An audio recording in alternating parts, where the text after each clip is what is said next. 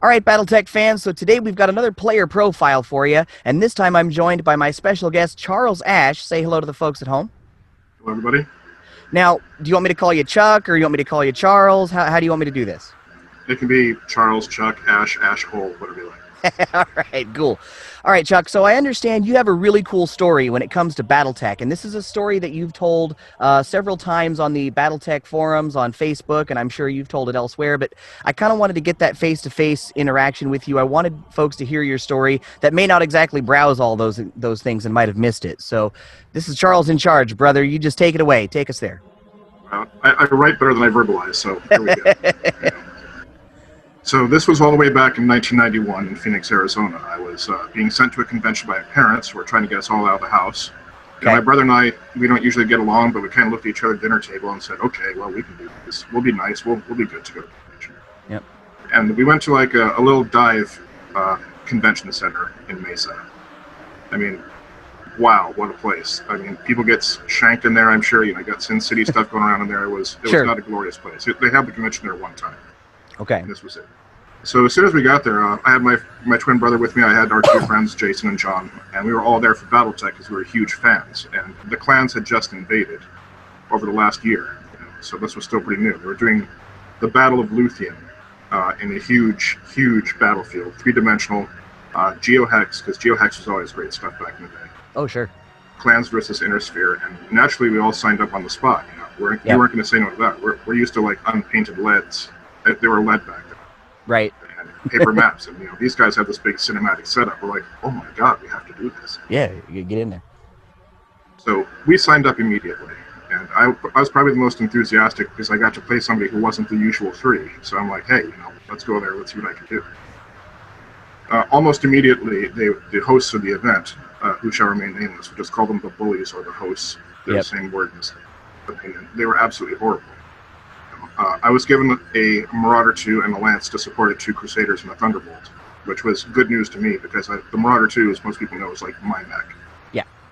Absolutely my mech. I'm like, oh yes, yeah, okay, I'll take your Marauder 2. Sure, twist my arm. Sure. They're supposed to be random, but And the guy gave me a handmade Marauder 2 miniature they had. That was pretty cool. It was a guy in the House of Liao had. And the first thing he did was snarl and growl because he didn't like our pronunciation of Liao. So he was being a bitch about that to start with. Very nasty about it.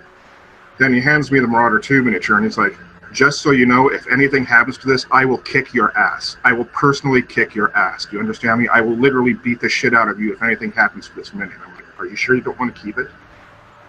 Now, bear in mind, I'm 17 years old. Yeah, I was going to say, he's saying this to a child, right? Yeah, I'm underage. I'm 17 years old. We haven't given these guys any reason to doubt our good character. We were just enthusiasts there to share our enthusiasm with the game. Sure. Underneath it all, that's the core of it. And that's how he greeted me when he handed me a Marauder 2. I'm like, wow. Okay, wow. I'll be sure to take extra good care of this. Sure. Right. I was at that teenage level where I'm like, I've been bullied enough in school, I didn't want to take it from Battletech fans, so I kind of just winced, I bit the bullet and walked away, and I'm like, wow, these guys are assholes. And we got set up on the scene. The way it was a huge map, with rolling hills and a huge city on one half of the map, or at least 1/3 of the map, which is our deployment zone.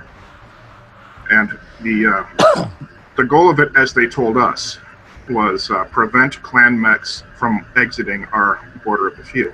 Okay. Going off our map edge. That's pretty cut and dry, I would say. Sure. So we all go outside, and we start talking about how we want to approach this. There's all the players on one side and all the bullies on the other side. So right then, I should have known that this was going to be a setup. Okay. But at that point, I'm still naive, and I still think, well, we can still have fun with the game, even if House Liao is being an asshole. Which, being Davian, I'm used to that, but not in real life. So at the time, I was actually like a shrinking violet of a kid.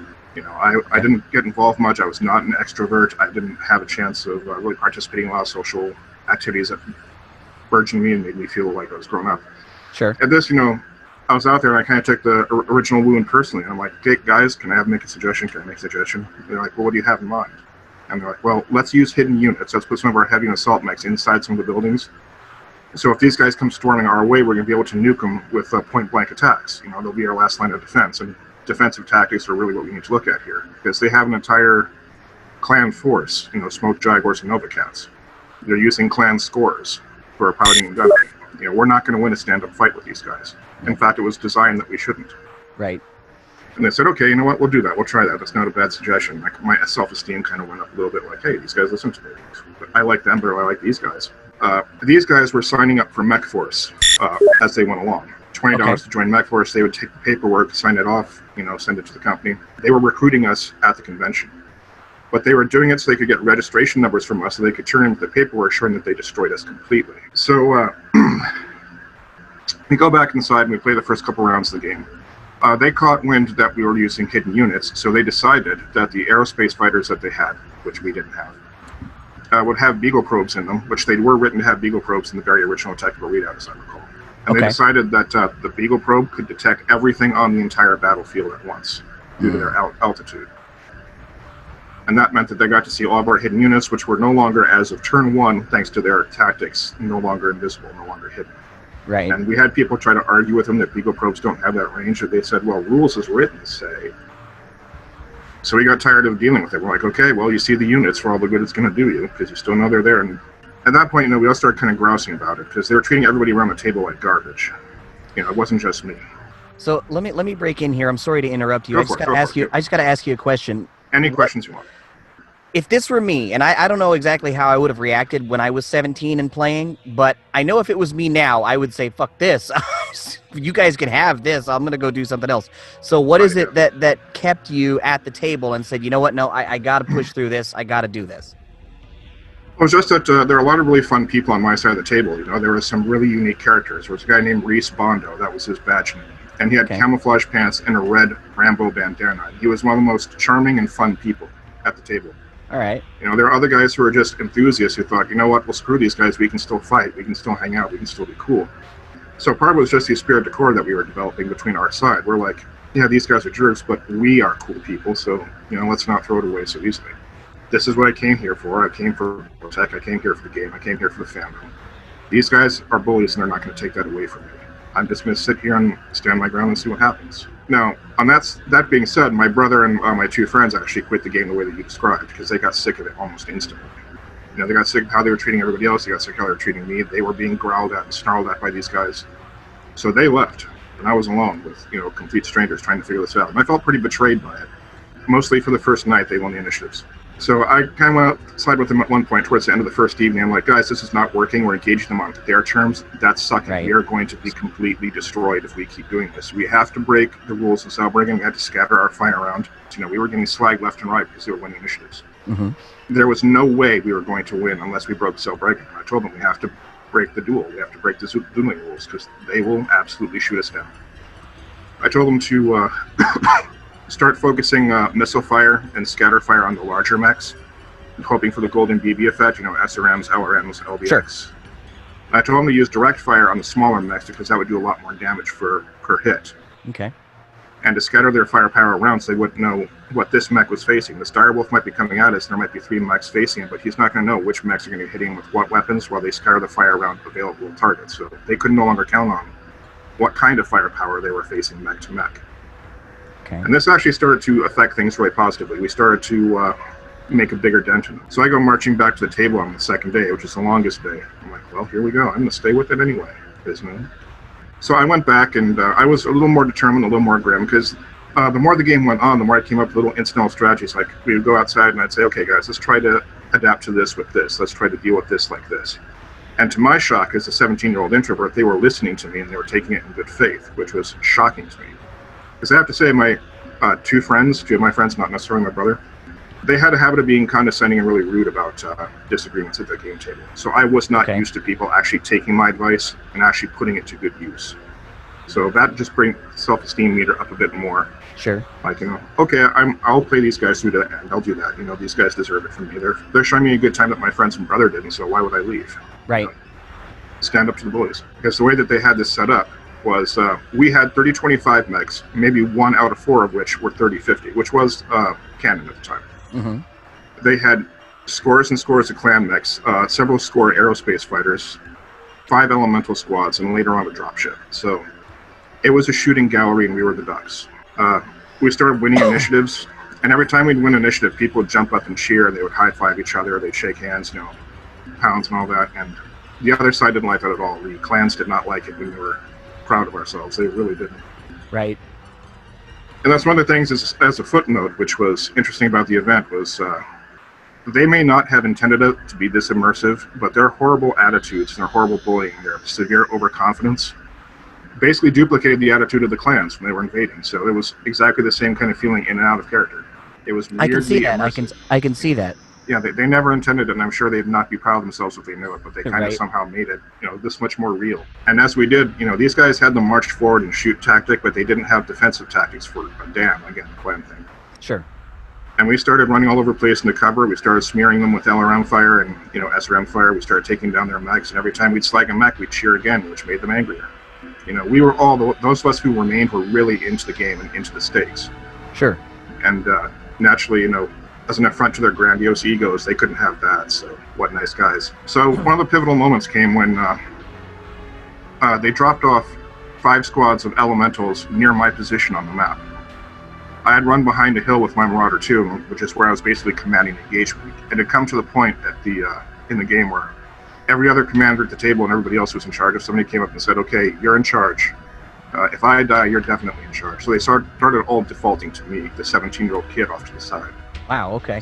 So It's going to be a pretty big confidence boost. It was the last thing I expected getting out of the car for the convention, I can tell you that. I didn't think I had any kind of tactical acumen at all, but then, I guess I learned more than I thought that I did.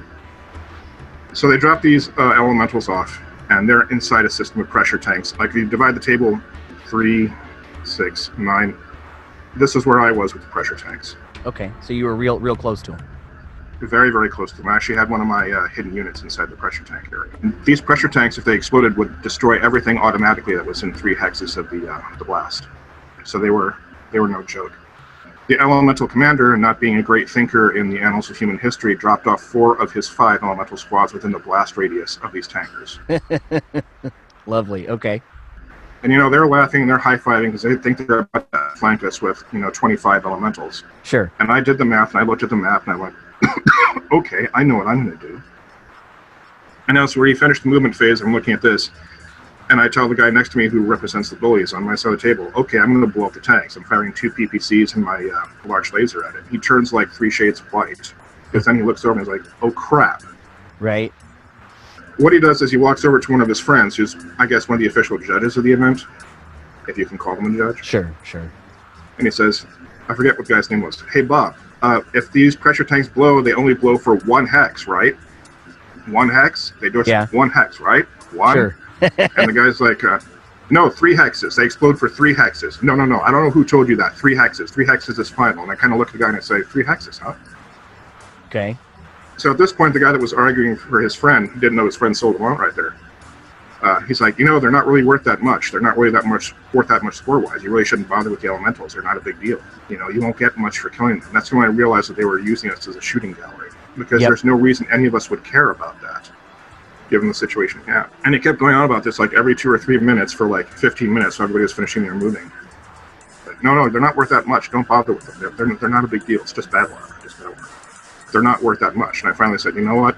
You're not going to mind if I destroy them, are you? Right. You won't mind if I blow them up. So I turned to his friend and I say, 2 PPCs, 2 medium lasers, and a large laser at the tank. Sir. Alpha strike it. Alpha strike. I only had 10 points of armor, so the first PPC that hit did the job. Okay. And that guy he looked like somebody had shot his dog. And the truth was, I shot 20 of his dogs, because I killed 4 out of 5 elementals in 1 shot. Nice. Or okay. 4 or 5 squads. I actually killed 20 elementals. There was also a vulture that was circling me towards the tanks, who got around the hill to try and snap me off because they were getting pissed at me being the enemy leader. And he actually ran too close to the tank. So I killed 21 clan warriors in 1 shot.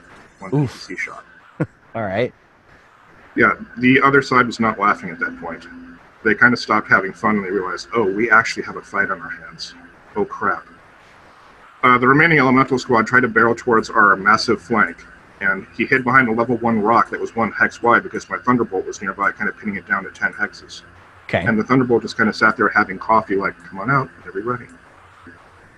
While the rest of the battle swirled around him. So I basically wiped out that entire flanking strategy single-handedly. 17-year-old boy, this team level, now up to here. Yep. So we fought on, and they weren't laughing anymore, but we were having a great time because we were rallying. We were starting to destroy their mechs with every initiative win. Sure. We were starting to humble them pretty dramatically, and they started frowning more and more and more. Their corners of their mouths just kept going down. And eventually, we shot down their aerospace fighters the same turn they dropped the elementals. Coming towards the end of the day, it was coming about 4 or 5 p.m. We kept winning initiative rolls. We kept slagging them. They were losing, and they knew they were losing. And they realized, oh shit, this 17-year-old kid just outplayed us. Oh shit. So what do? They call down a Union-class clan dropship to hover over the middle of the field and start hosing us down with support fire from on high. They thought they had that. I told everybody to put all scatter shot weapons onto the dropship and keep all direct fire weapons on the mechs. And thanks to the golden BB effect and the way that the hit tables were at the time, because they have changed. Okay. We managed to peg their bridge a few times. We kind of hollowed out an entire section of the dropship. They had to lift it off 2 turns later or it would crash and destroy everybody. So we made a planned dropship run away. Retreat, okay. At that point, there were so few of them on the table, there was really no doubt about how it was going to turn out. I just told everybody, okay, guys, the time has come. Just charge and clean them up. We've got this. They can't do anything about us now. Right. And I heard the two of the boys talking like, do you want to wrap it up? Do you want to just pull the plug, call it? I think we should call it. Let's just call it. So we didn't even get to play out the final charge. They quit early to try and keep their own scores as intact as possible. They did not do anywhere near as well as they thought that they could. So in the end, we won. We actually won.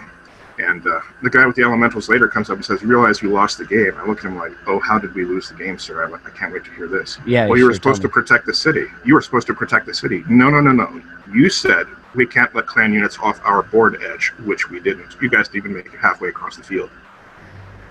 He's like, no, you lost. It was, protect the city. You didn't do it. Sorry, kid. And he walks away, and I get passed over for the prize support and what have you out of pure spite. Because they were congratulating me the night before, thinking, oh, you're a really good player. We're really impressed with you. And then they're like, who's this kid? Get this kid out of here. So sure, after you humiliated him. Right. So I got no prize support whatsoever, even though everybody at the table knew that I was doing a pivotal job.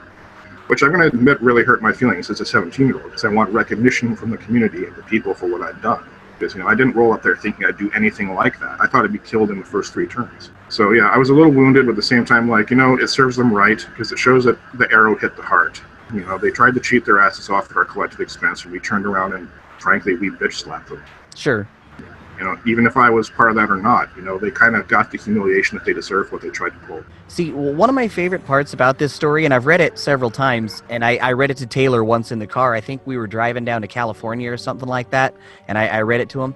But my favorite part of this whole thing is this starts off with, this kid walks into this con, and he's ready to play, and he gets immediately, hosed by these just total assholes, right?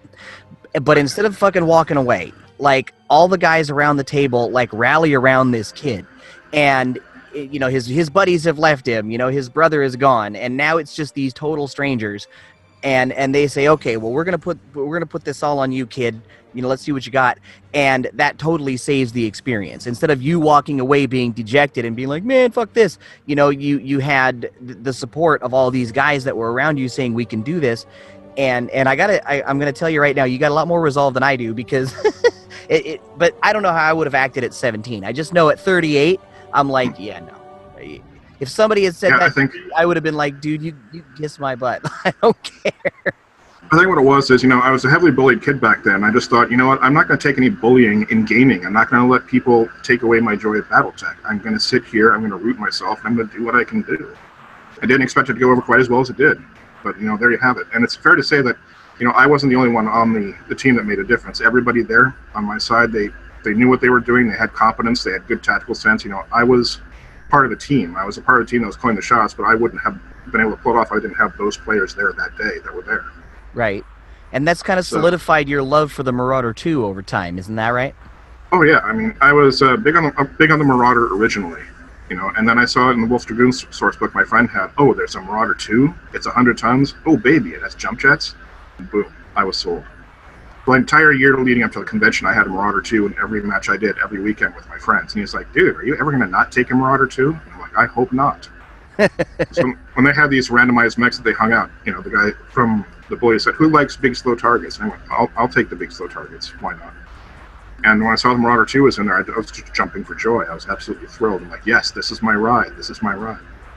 And it's been my mech of choice now for 32 years, which tells you how long I've been doing this ridiculous game. It's, an entire generation plus 2 years. All of it in the Marauder 2, yeah. Well, that was going to be my next question, is how long you'd been playing. But so you've been in for 32, 33 years? Yeah, since fall of 1989. Okay. During the Fourth Succession War. Because the way the storyline in Battletech rolls on, like different eras of your life might align with different storytelling eras of Battletech. Like the Fourth Succession War was when I was in high school. The Clannons invaded when I was in college, and I was living alone with my girlfriend during the FedCom Civil War. She was House Steiner. I was Davian. It didn't work out. Right. But it's interesting that Battletech has that unique feature that you kind of roll back over your life and say, "Oh, this was the era that this was happening in Battletech," and it's just as legit as any real world history that's going on at the time. So. And sometimes I find, just like yourself, that a lot of folks say, well, this particular era was happening at this particular time in my life, but my life kind of reflected what was going on, in the universe at the time. I could point to something in my life and say, that is a lot like this. Life imitates art kind of thing. Right, yeah, it was very timely in that way. I was about to start my senior year in high school, and I was happy to kind of get out of the high school experience for the summer and just lose myself in anything else I could find, which would be Battletech at a convention in this case. So. Sure. I bought the first edition of Way of the Clans by Robert and Thurston. Okay. And I looked at the inside date. I'm a writer in my spare time, so I look at these things, and it said like August of 1991. I thought, wow, they actually got this out before August. I wonder if they're allowed to do that.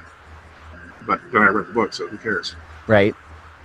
And so that was about the time the clan invasion was just starting, right? It was fresh, yeah. So let me ask you this. You'd been playing for a while up until then, right? Oh, yeah, a couple of years, I think, 1 or 2 years. Okay, so, and I wasn't around to experience this myself because I didn't start until 96, late 96 or so. So the story that I hear from a lot of folks is when the clan showed up, only a select few amount of people had any kind of knowledge about it whatsoever. And they brought it to the table and just completely blew away everybody that was there that had never seen this before.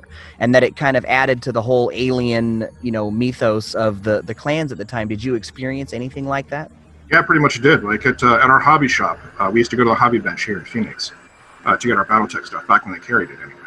They had a string mobile hanging from the ceiling one night when we went there to pick up some lead minis, and it said, "The clans are coming." And it had like a mad cat and an elemental guy with part of his armor blown away. He's got this like 70s porn stash going on. Yeah, yeah. Go clans. And we drove the whole night home like, who are the clans? What are the clans? It says Return of Kerensky. Kerensky's coming back. Oh my god. And the way that they rolled it out, like 3050 when it came out was supposed to be like an emergency update. It was supposed to be out there right now, a supplement. So it didn't have like the notable pilot section or the history section. It just had like diagrams of what the clan mechs looked like. And they looked alien as hell back then. Yeah. They looked modular and blocky, unlike inner sphere mechs. And just as a footnote, 1990 visualization for the future has not aged very well. And I've gone on about that on the pages. Like, the lead mini for the Executioner is one of the ugliest things I've ever seen in my life. Let me just say that. I'm really happy with the new sculpts. I really, really am. Oh, yeah, they're fantastic. Oh, yeah. But, back then, that's what we had, and we thought it was cool, so what do you do? And the information that they rolled out in parcels. They had the novels that came out that upped the storyline. Oh, what were they? Once a year, the books came out for Blood Kerensky. The source books had just a little bit more info than they had before. They didn't have all of it, so you didn't know what was going on. I mean, a smart game master could have really played out the paranoia and alien nature of that. And I wish I'd had a game master at the time that could have taken me through that. But, looking back at those source books these days, as an older guy who's run games for people, I'm like, oh, I know exactly what I would have done in this situation to actually make the clan invasion really come to life for my players. But they did what they can with what they had. It was the pre-internet era, so the information was strictly on a book-by-book update. So it was pretty amazing seeing it happen. A lot of people hated the clans when they came. They thought they were overpowered. I'm like, this is before the convention. I'm like, we still have the same weapons we did before. They're still reliable. What's wrong with SRMs? And these LBXs don't look so bad. Gauss rifles don't look bad. Right. And most people I knew who played Battletech did it the same way. Inner sphere on this side, clan on this side, and they just ran at each other and shot at each other. That might be good for the clans coming up, but if you actually use tactics in the inner sphere tactics, you stood a much better chance of taking them out. You just had to use the tools that were available. I always tell folks, if you do Zellbriggen, that just does not favor you at all. It really, really does not. I feel bad for clan players because they kind of want to play with the clan honor and kind of bring the clans to life for their experience, but then they're so disadvantaged with Zellbriggen unless they're against clan units. Right. But the clans were never invincible. They were just the favorite of power gamers, and nobody likes power gamers. So, I met them at the convention. What can I say about them? Can I say anything nice? Not really.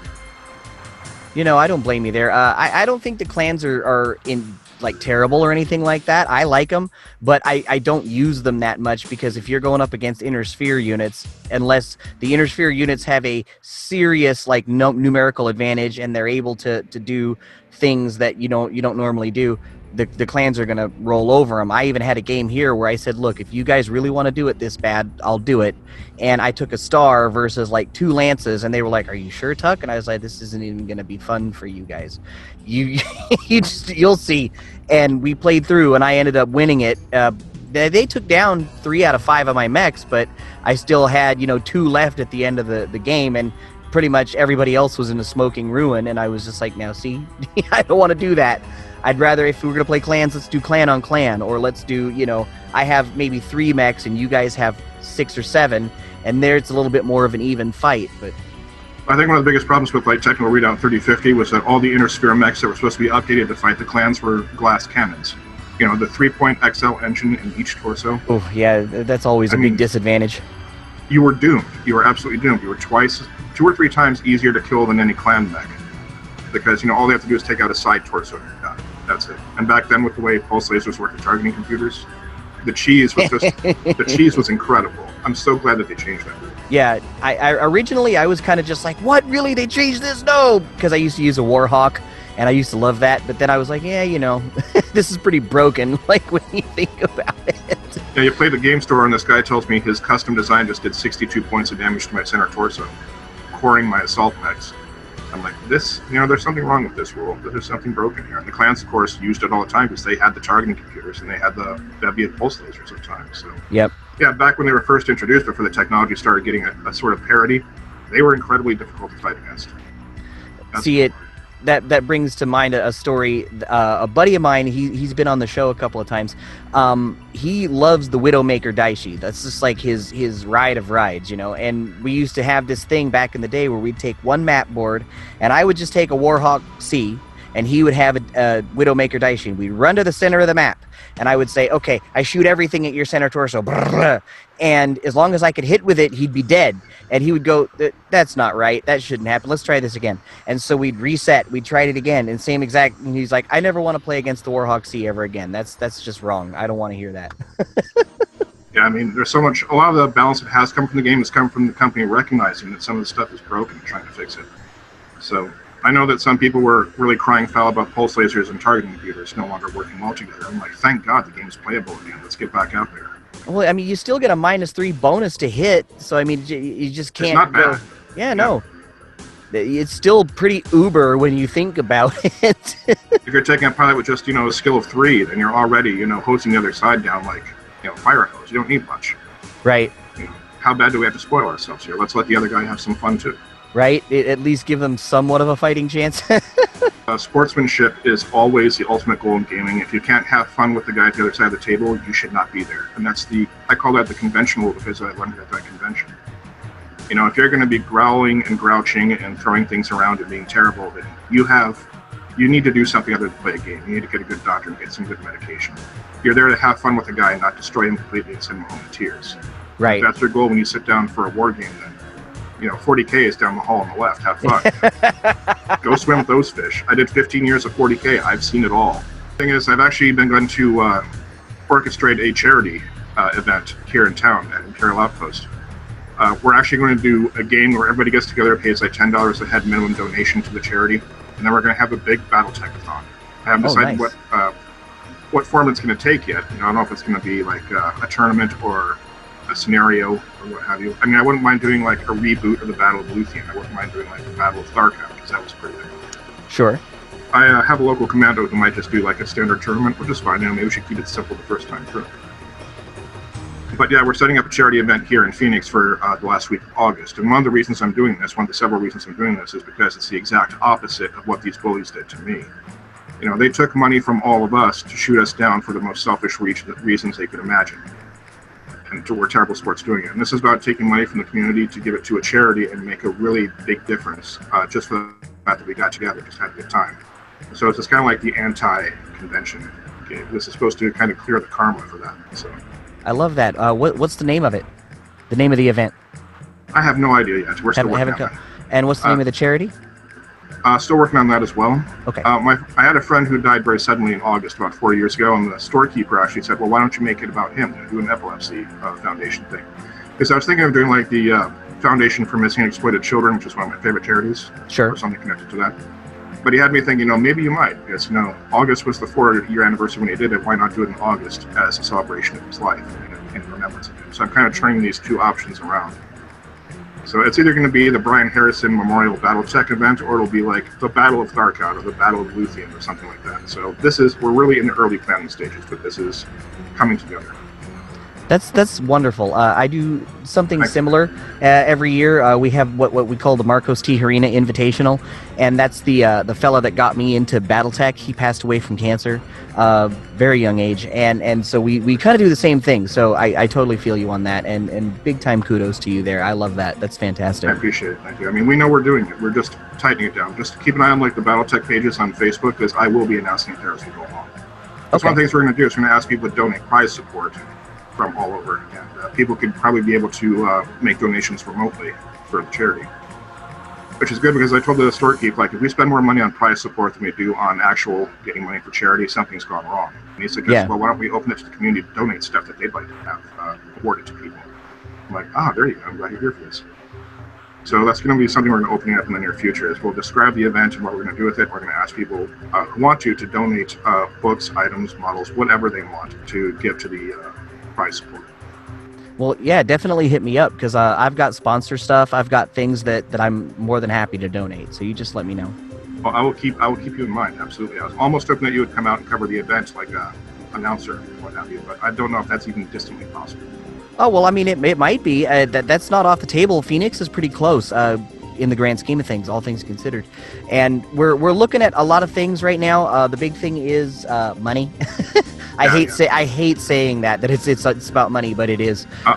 Believe me, I know. I don't blame you one bit. Yeah, I totally hear you. It's just about it's not about money to line my pockets or anything. It's more just like, do we have enough money that we can afford to do this, and how much out of pocket will that cost versus how much are we getting from Patreon that we can do?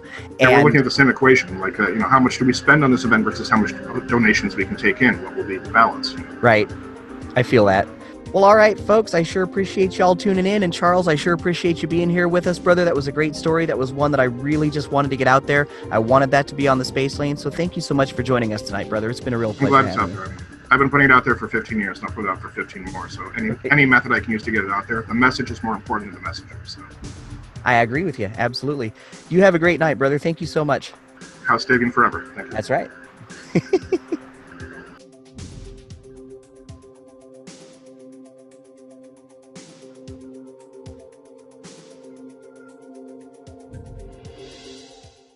Your ideas are intriguing to me, and I wish to subscribe to your newsletter. Crowdfunding is when lots of people give you small amounts of money to help your passion project come to life.